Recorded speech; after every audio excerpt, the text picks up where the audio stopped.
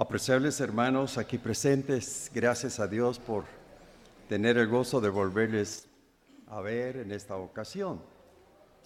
Ya se les dio la bienvenida, pero yo reitero una vez más la bienvenida en el amor del Señor. Hermanos, esta mañana vamos a tener, como siempre, estudio de la palabra de Dios, y todo esto nos va a ir ayudando a comprender mejor las doctrinas del Señor en su palabra. No cabe duda, hermanos, que el Señor ha permitido que nos estemos congregando por lo menos 2 veces al año, pero yo creo que aunque sea un poco distanciado el tiempo, pero siempre nos llevamos algo en nuestros corazones y en nuestras mentes para discernir bien, practicar, enseñar. Y en fin, todo esto ha sido de bendición a nuestras vidas. Yo creo, vamos hermanos, usted muy bien sabe que todo lo que se enseña acá no ha sido simplemente por quererlo enseñar en base tal vez a ideología humana. Estamos con base en la palabra del Señor. Yo quisiera invitarles a abrir su Biblia a la carta del apóstol Pablo a los Colosenses, y vamos a ver en el capítulo 2, Colosenses capítulo 2. Y nos dice así la palabra del Señor.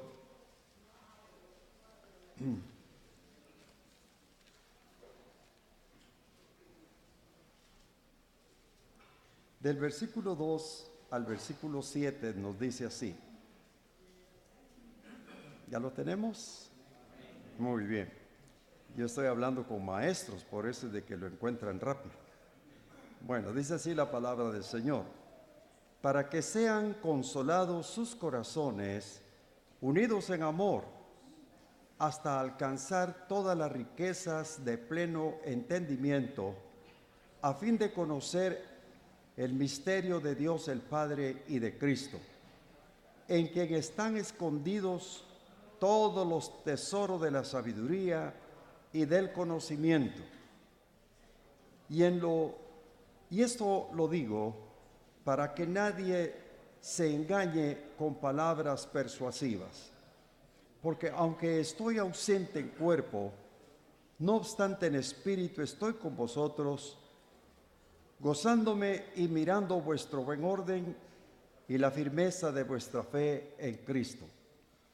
Por tanto, de manera que habéis recibido al Señor Jesucristo, andad en Él, arraigados y sobreedificados en Él, confirmados en la fe, así como habéis sido enseñados, abundando en acción de gracias.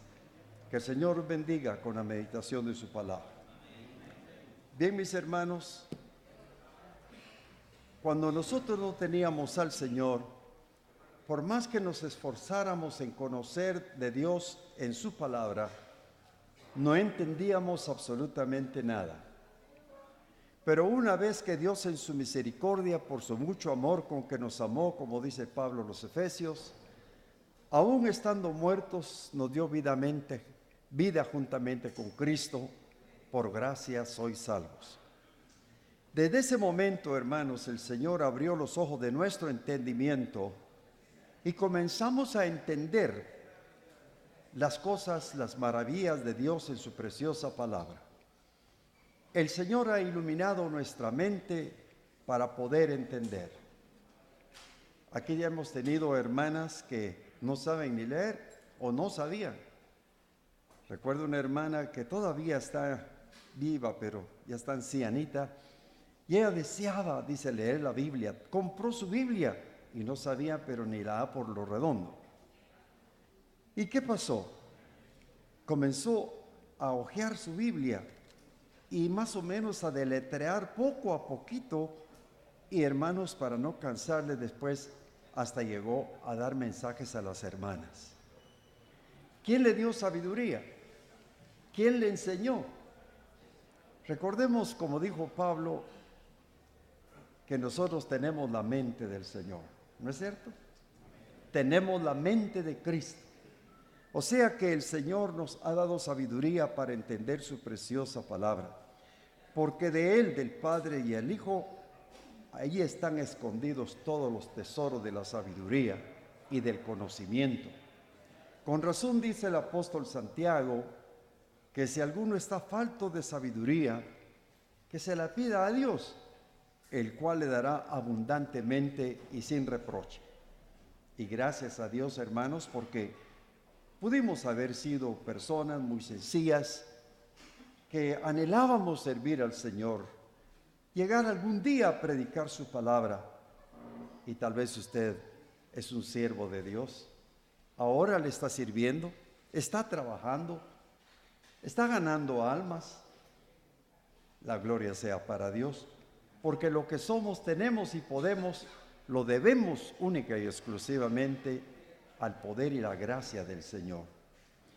Muy bien, hermanos, de los estudios que vamos a tener en esta mañana y el día completo, cada lección nos va a conducir a un punto, y ese punto es Jesucristo, que lo presenta siempre como Señor y Salvador del mundo. Y muy particularmente a las personas que lo reciben como su Señor y Salvador, han llegado al conocimiento de la verdad. Y todo esto, como dije, nos va a ayudar a comprender el propósito de Dios para nuestras vidas. Alguien dijo, la persona que quiere ser salva, primero tiene que hacer buenas obras, convertirse a Dios, pero sin buenas obras no puede ser salvo. En realidad, ¿qué podríamos decir? La conclusión que sacamos es esta: ningún pecador puede hacer buenas obras que agraden a Dios, porque todas nuestras justicias, dijo un profeta, son como trapo de inmundicia. ¿No es cierto? Somos como sociedad y nuestras justicias como trapo de inmundicia. En otras palabras, Dios no acepta nada de ninguna persona que no se ha convertido, que no tiene a Cristo, cuyo corazón no ha sido redimido en la sangre preciosa del Señor. Entonces, ¿es pecador? Necesita convertirse al Señor. ¿Cuántas personas se acercan muchas veces a alguna congregación, una asamblea, y dicen, mire, aquí hubo un señor que nos dijo, mire, a mí me gusta porque expusimos una necesidad y todo de un hermano, y él dijo, a mí me gusta contribuir, me dijo, a asuntos así de necesidad, asuntos sociales, en fin, y aquí está mi ayuda. Dígame una cosa, le dije, ¿usted es cristiano? No, me dijo, yo soy católico, pero me gusta colaborar. Mire, le dije, perdóneme, pero usted necesita convertirse primero al Señor. Reciba a Cristo como a su Salvador y verá que en realidad usted será una nueva criatura y el Señor le recibirá todo. Ahora lo que a usted le interesa o le debe interesar es recibir un regalo que Dios le quiere dar. De veras, me dice, ¿y qué regalo? A Cristo. Él quiere salvar su alma, Él le quiere dar la salvación de su alma. Entonces recíbale como a su Salvador personal y verá, su vida va a cambiar, su familia, primero Dios se va a convertir. Bueno, se guardó su billete y se fue. En la noche ya estaba aquí otra vez y ya no faltó. Al poco tiempo trajo a su familia, se convirtió él y hermanos, toda la familia se había rendido al Señor. Qué diferencia, ¿verdad? Realmente no podemos nosotros agradar a Dios con nuestras buenas obras, sino primeramente por la fe en Cristo Jesús. Leamos en la segunda carta del apóstol Pablo a Timoteo, en el capítulo 1 y versículo 12. Primera carta a Timoteo, capítulo 1, verso 12. perdón, segunda carta a Timoteo, capítulo 1, verso 12. Y nos dice así: por lo cual, asimismo,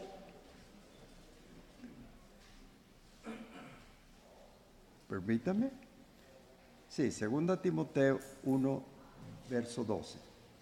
Por lo cual asimismo padezco esto, pero no me avergüenzo, porque yo sé a quién he creído, y estoy seguro que es poderoso para guardar mi depósito para aquel día. Solamente este versículo. Fíjese lo que dice: por lo cual asimismo padezco esto. El apóstol Pablo estaba en la cárcel, encadenado. Esta carta fue la última que él escribió. En el capítulo 4 ya nos comienza a describir como que él ya está muy anciano y que ya su carrera ha terminado prácticamente.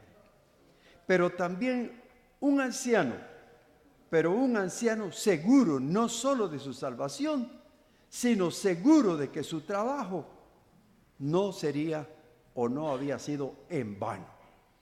Él mismo dijo: he peleado la buena batalla, he acabado la carrera, he guardado la fe. Por lo demás, me está guardada la corona de justicia, la cual me dará el Señor juez justo en aquel día. Y no solamente a mí, sino también a todos los que aman su venida. ¡Qué bendición, hermanos! Ahí está usted, ahí estoy yo. ¿No lo cree? Yo lo creo. Y qué lindo poder terminar nuestra carrera, aunque con tantas luchas, pruebas, tribulaciones y cuantas cosas nos vengan a la vida, pero tenemos esa plena seguridad de que hay uno que no solo nos salvó, nos redimió, nos hizo sus hijos, y la dicha, la bendición, el gran privilegio de hacernos sus siervos, hermanos. Ser un siervo para muchos es algo muy humillante, pero para nosotros ser siervos de Dios es un gran privilegio. Nada menos servir al Señor de los señores, al Rey de reyes. Qué privilegio más grande. Magnífico. Pero entonces Pablo, cuando recibe, Timoteo, lee indudablemente esto. Nerón ya estaba casi para terminar su función como gobernante de Roma. Y no cabe duda que Pablo temía que de un momento a otro él también iba a morir. Lo iban a matar, porque Pablo fue perseguido, amenazado. Lo sacaron como muerto en cierta ocasión porque lo apedrearon. ¿Cuánto no sufrió aquel piadoso siervo del Señor? Sin embargo, el Señor lo sostuvo, porque la mano de Dios es fiel, la mano de Dios es poderosa. El Señor es el que nos cuida, el que nos guarda. Y dice aquí: por lo cual, asimismo, padezco esto. Imagínense, el encarcelamiento, el sufrimiento, las amenazas, pero no me avergüenzo. Cualquiera se avergüenza ir a la cárcel, es lógico, es humillante. Pero ir a la cárcel por Cristo, esto hasta es un gran privilegio. Ellos, cuando sufrían por Cristo, ellos se sentían privilegiados. Yo no sé cómo nos sentiríamos nosotros que nos llegara a tocar una prueba de esa naturaleza, pero lo cierto es de que Pablo no se avergonzaba de ello, porque yo sé a quién he creído. Ahí está la cosa. Yo sé a quién ha creído. Hermano, para su salvación usted ya sabe en quién ha creído. Como para que no, ¿verdad? ¿Y en quién creyó usted? Nada menos que en el Señor Jesucristo, aquel que nació en este mundo, aquel que Dios le dio esa naturaleza humana como la nuestra, según Filipenses 2, ¿verdad? El cual, siendo en forma de Dios, no tuvo por usurpación ser igual a Dios como cosa a que aferrarse, sino que se humilló a sí mismo, hecho semejante a los hombres. Pero estando en la condición como hombre, ¿qué dice él? No se puso orgulloso, No, al contrario, él, como humano que era entonces, él, como verdadero hombre, él se humilló hasta lo sumo, pero dice que Dios le dio un nombre que es sobre todo nombre, para que en el nombre de Jesucristo se doble toda rodilla, de los que están en los cielos, en la tierra y debajo de la tierra, y toda lengua confiese que Jesucristo es el Señor, para gloria de Dios Padre. Qué bendición de verdad. Entonces Pablo sigue diciendo, y estoy seguro que es poderoso para guardar mi depósito para aquel día. Hermanos, este punto sí nos pone en qué pensar. ¿Usted sabe cuál es el depósito a que Pablo se refiere?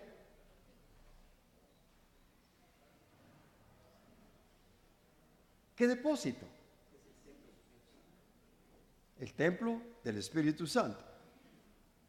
Mire, algunos comentaristas consideran que Pablo, cuando dijo es poderoso para guardar mi depósito, daba a entender con esto que era su alma, que Dios la guardaría hasta su venida.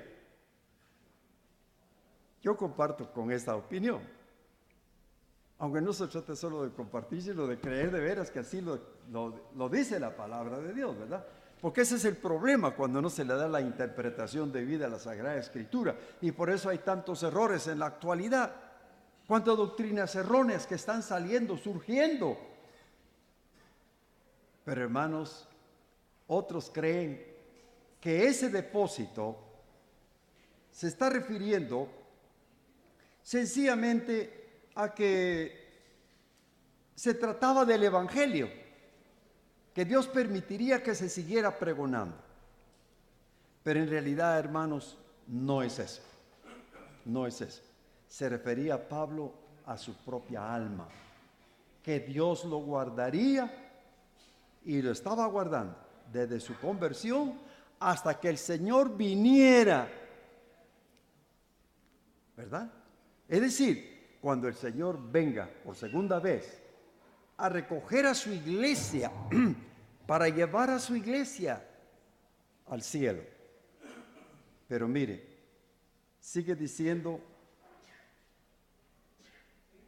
en el verso 12 que estamos leyendo, poderoso para guardar mi depósito para aquel día.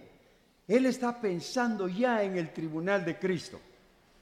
Él está pensando de que al irse con el Señor, lo que le espera es comparecer en el tribunal de Cristo, para que su trabajo sea valorado, sea calificado por el Señor, bueno o malo. No cabe duda que la preocupación de cada siervo del Señor, ustedes y yo, debe ser esa. ¿Cómo me pagará el Señor? ¿Reconocerá mi trabajo o no valdrá nada? Imagínese usted.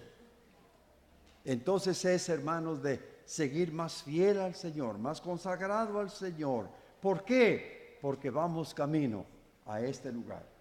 Ya pronto el Señor viene. Miren los acontecimientos del mundo entero. Aquí Guatemala está siendo azotada, para que despertemos los creyentes, para que los inconversos se entreguen a Cristo. En fin, da a entender con esto que la venida del Señor está a las puertas.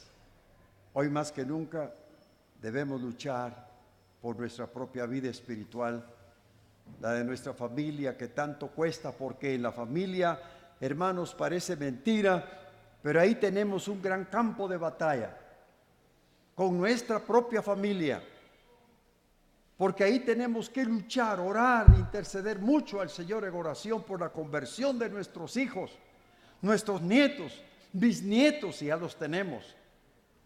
Tenemos que orar mucho por ellos, hablarles mucho del Señor. Es una responsabilidad nuestra, hermanos, comenzar. Y a veces desmayamos cuando vemos que en lugar de convertirse, más se entrega al vicio, al pecado. Decimos, ya perdí la batalla. ¿Para qué voy a seguir orando?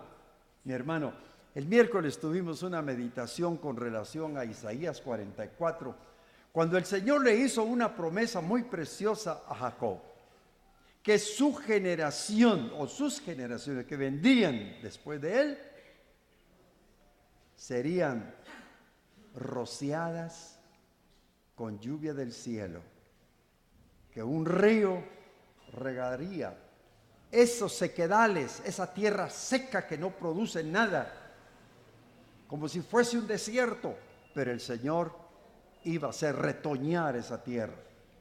Pero ¿cómo el Señor hace retoñar esas tierras áridas? Con el poder de su palabra, hermanos. Porque Dios tiene poder y su palabra, que es como más cortante, dice, más penetrante que toda espada de dos filos, que alcanza hasta penetrar el alma. Tiene que llegar el momento, tal vez cuando usted pensó que ya no, perdida la esperanza, fue cuando este hijo se convirtió al Señor. ¿Dónde, cómo y por qué? Lo cierto es de que él sintió la necesidad de entregar su corazón a Cristo. Tenemos que luchar con nuestra familia. Y aparte de esto, hermanos, tengo que ser breve porque ya mis hermanos tienen que exponer algunas ilustraciones preciosas que nos van a servir para seguir adelante sirviendo al Señor. Vemos aquí, hermanos, que el apóstol Pablo le decía a Timoteo, entre tanto que voy, ocúpate en la lectura.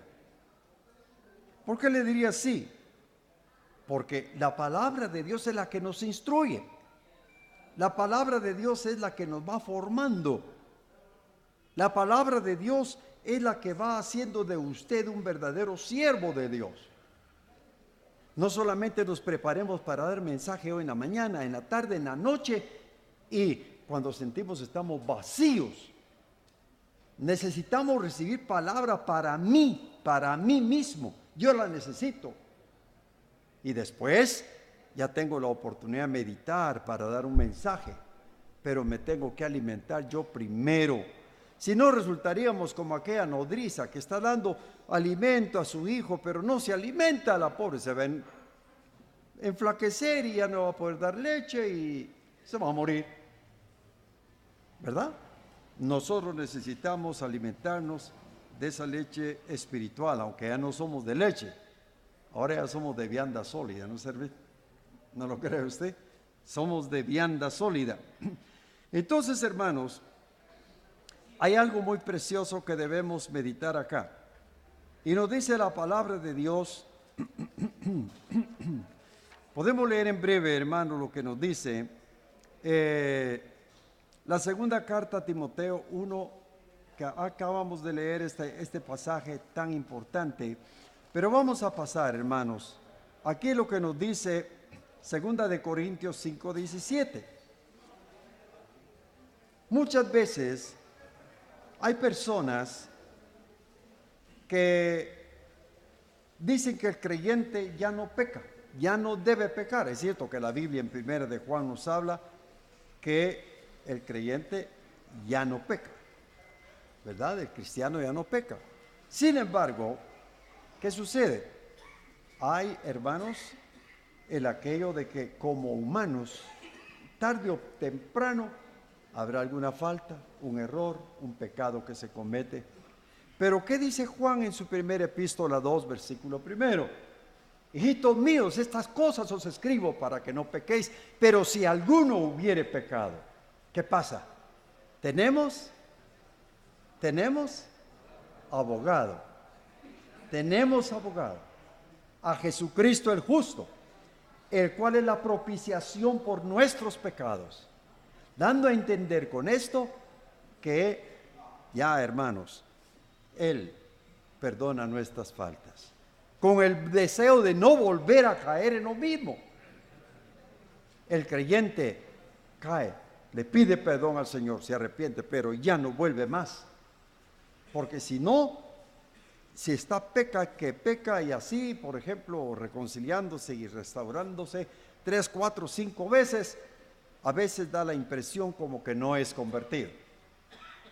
Y eso es muy delicado y triste que suceda en la vida de un cristiano. Por último, hermanos, quiero decirles, la salvación es eterna. Con esto termino. ¿Por qué digo que es eterna? Mire, Juan 3:16 dice, porque de tal manera, y es el texto céntrico de la Biblia, de tal manera amó Dios al mundo, que dio a su Hijo unigénito, para que todo aquel que en él cree no se pierda, mas tenga ¿qué? Vida temporal. O vida hasta que peque. Ahí se terminó pues su salvación.